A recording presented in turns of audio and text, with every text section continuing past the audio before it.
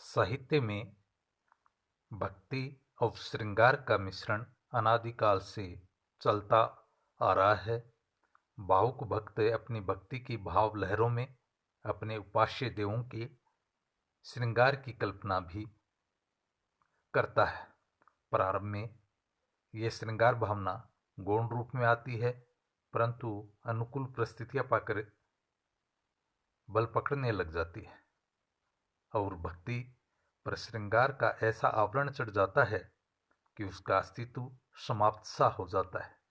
हमारा साहित्य भी श्रृंगार की इसी श्रृंखला में सूचना देता है।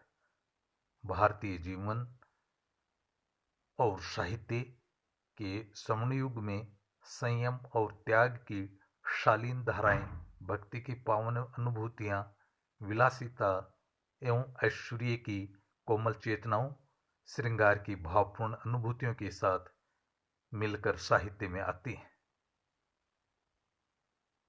इसी परिप्रेक्ष्य में आज हम विद्यापति पर चर्चा करेंगे।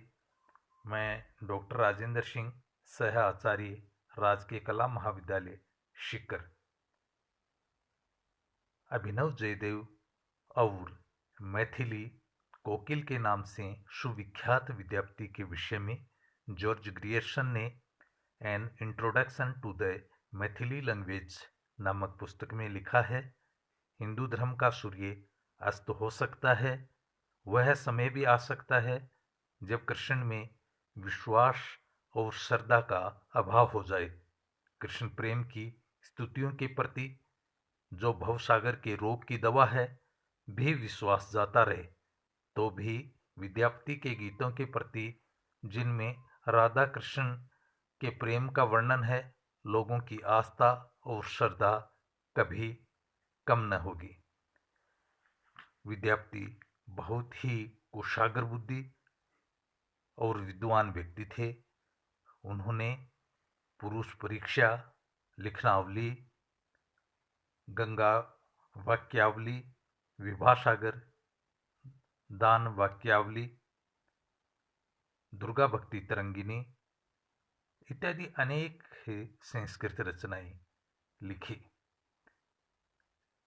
कीर्तिलता तथा कीर्ति पताका की रचना उन्होंने अवहट्ट में तथा पदावली की रचना परिष्कृत मैथिली में की। पदावली को विद्यापति ने पृथक ग्रंथ के रूप में नहीं लिखा। कवि की बाल्यावस्था से लेकर मरणोपर्यंत रचित कविताओं के एकत्र संग्रह का नाम ही पदावली है। महाकवि विद्यापति ने काव्य की रचना 14वीं शताब्दी में की। उन्होंने अपने काव्य की रचना अधिकतर गीति काव्य के रूप में स्वतंत्र पदों में की। उनकी कविताओं का संग्रह विद्यापति की पदावली के नाम से विख्यात है। इस कृति को मैथिली भाषा में लिखा गया है। इसके अतिरिक्त उनका अपभ्रंश भाषा में लिखा गया कीर्तिलता नामक एक अन्य काव्य भी मिलता है। विद्यापति कृष्ण भक्त कवि थे।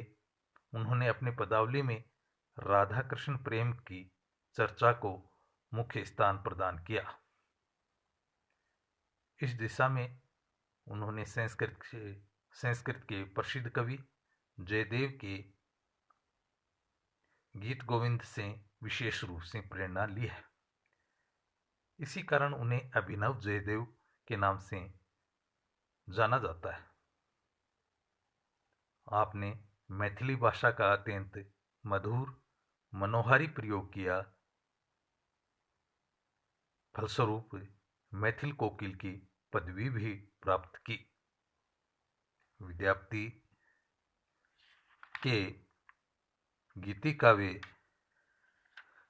का गीति काव्य में विशेष योगदान रहा है। गीति काव्य की सफलता के लिए यह आवश्यक हो जाता है कि कवि उसमें संगीत को आश्रय के रूप में ले। इसके अतिरिक्त कवि को उसमें अपने हृदय की भावनाओं को संक्षिप्त रूप में उपस्थित करना चाहिए। विद्यापति ने अपने गेय पदों में इन दोनों मूलभूत आवश्यकताओं को सफलतापूर्वक संपादित लिया। हिंदी में गीति काव्य को व्यापक आधार पर उपस्थित करने का श्रेय विद्यापति को ही जाता है। उन्होंने अपने गीतों की रचना करते समय भाव और कला दोनों ही की दृष्टि से जयदेव के गीत गोविंद का अनुकरण किया है। इन गीतों में हृदय को प्रभावित करने की अद्भुत क्षमता है।